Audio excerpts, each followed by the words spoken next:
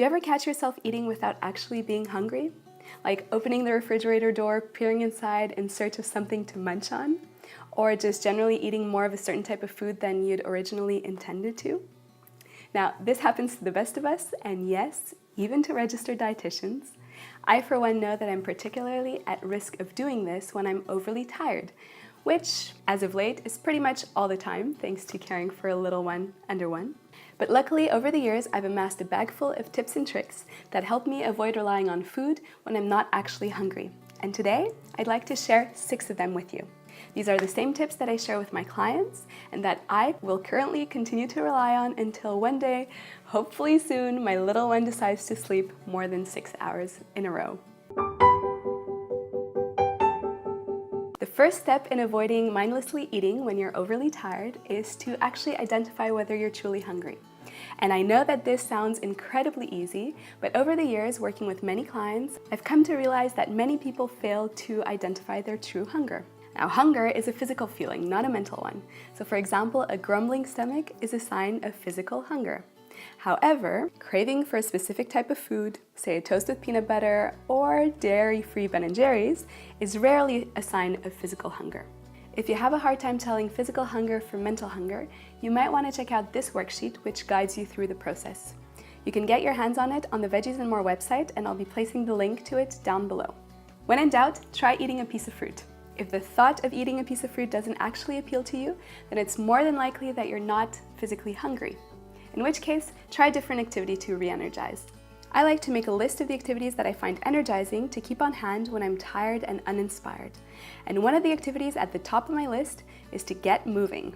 Physical activity is one thing that always gets me re-energized after a very short night of interrupted sleep.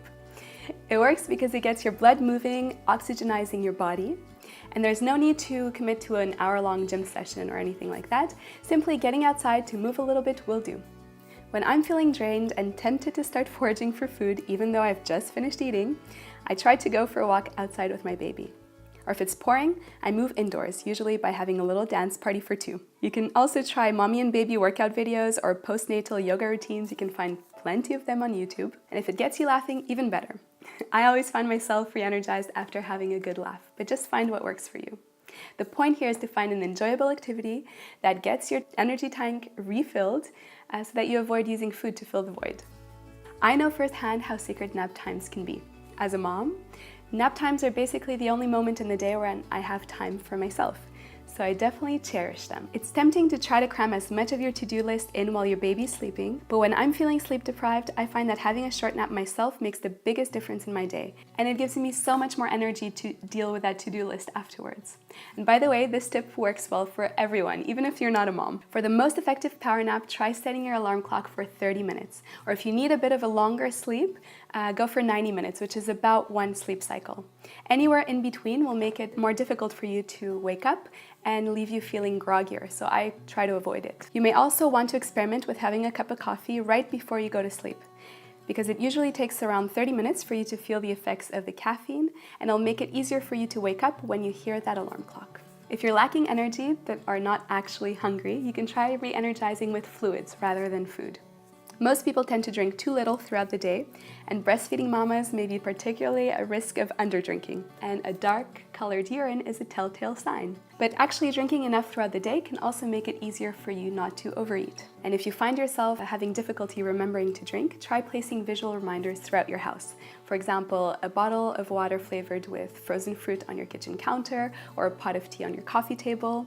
Seeing your visual reminders throughout the house will act as a cue to remind you to drink throughout the day. When you're tired and truly physically hungry, it's so easy to just naturally gravitate towards what's easiest to grab and eat.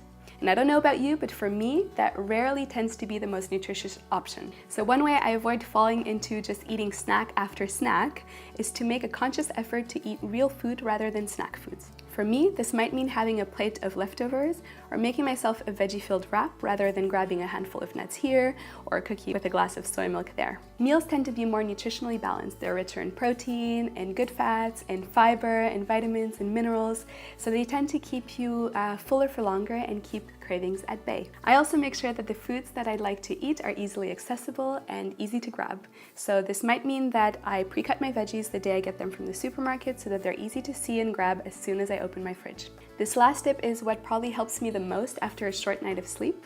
I know that when I'm overly tired, I tend to graze throughout the day, often while doing something else.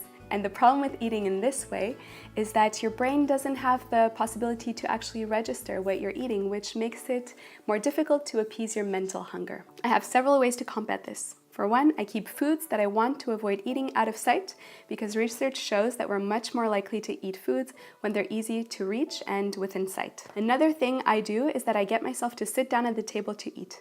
I do this after pausing all other tasks and truly take a moment to look at and savor the meal or snack that I'm eating. I find that this helps both my body and my mind, and it makes it much less likely that I'll want to grab something else to munch on soon after eating without actually being hungry. This tip also prevents me from mindlessly munching on my baby's leftovers as a way to clean them up.